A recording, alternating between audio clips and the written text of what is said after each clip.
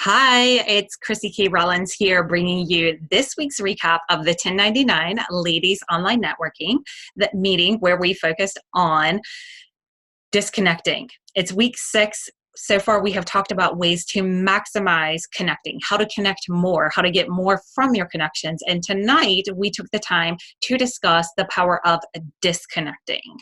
How do you disconnect? How do you disconnect at home? How do you disconnect whenever you're away? Why do you disconnect?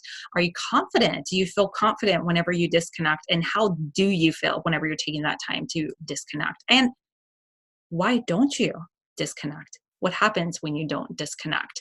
So here are the highlights from tonight's discussion. Tonight, we pinpointed these top tips whenever it comes to disconnecting. First of all, know your boundaries. When you know your boundaries, you know to what point you can take on clients, you can work, you know at what point you are your best self, where you have the best mental capacities and are able to engage at your maximum potential with potential clients or current clients. So know your boundaries and be proactive in setting up time to disconnect. When you do it proactively, you don't feel like you're so off track on the other side, and you still get that disconnect time and that replenishment time that you really need. So disconnect in a way that honors your business. If you are not in a position where you can take, a week off or 2 weeks off or several weeks off a year, although you'd really like to, find time to disconnect on a daily basis, on a regular basis.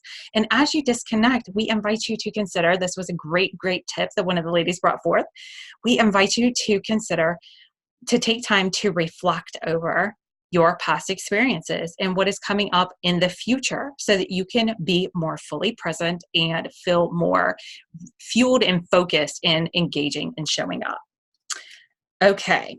Another tip that we had is that when you do take that time to disconnect, it allows you to be more productive and more present. So if you're finding yourself scattered, although we might think to ourselves, now is not the time to disconnect because I have too much going on or so much going on, it can actually allow you the space to re-engage and be more present and be more focused. Another thing that disconnecting does is that it shows your audience, your clients, your followers, those that are watching what you have going on, it shows others that you value yourself and that your time is precious. And if you are not treating and respecting and honoring your time in this way, it will not set the example for others to do the same thing.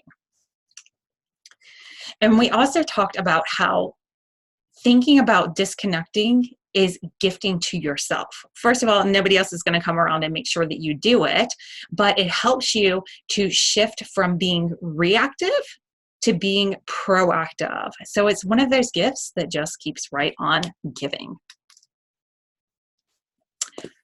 Okay, the other thing that we touched, 2 things here. Okay, so the last 2 thoughts were, first of all, you have to recognize that you have more than just one thing that's on your plate.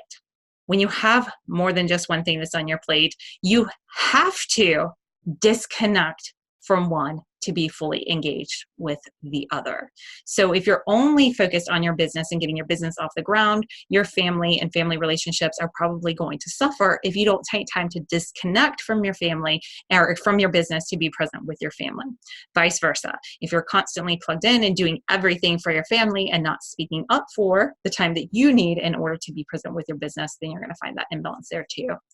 And the last thought for you to take away from this conversation around disconnecting is you can't pour from an empty cup. So taking time to disconnect is just as powerful as taking that time to connect. So if you're finding yourself disconnected, be it because vacations have come around or because there's just too much going on and you found yourself distracted and struggling to get back on track, just know that disconnecting is something that is needed just as much as reconnecting. All right.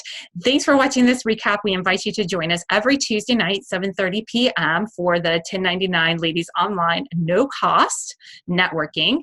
We meet from 7:30 to 8:30 every Tuesday night. You can go to our Facebook group, the 1099 Ladies Networking Group on Facebook, to find past recaps as well as replays from past meetings.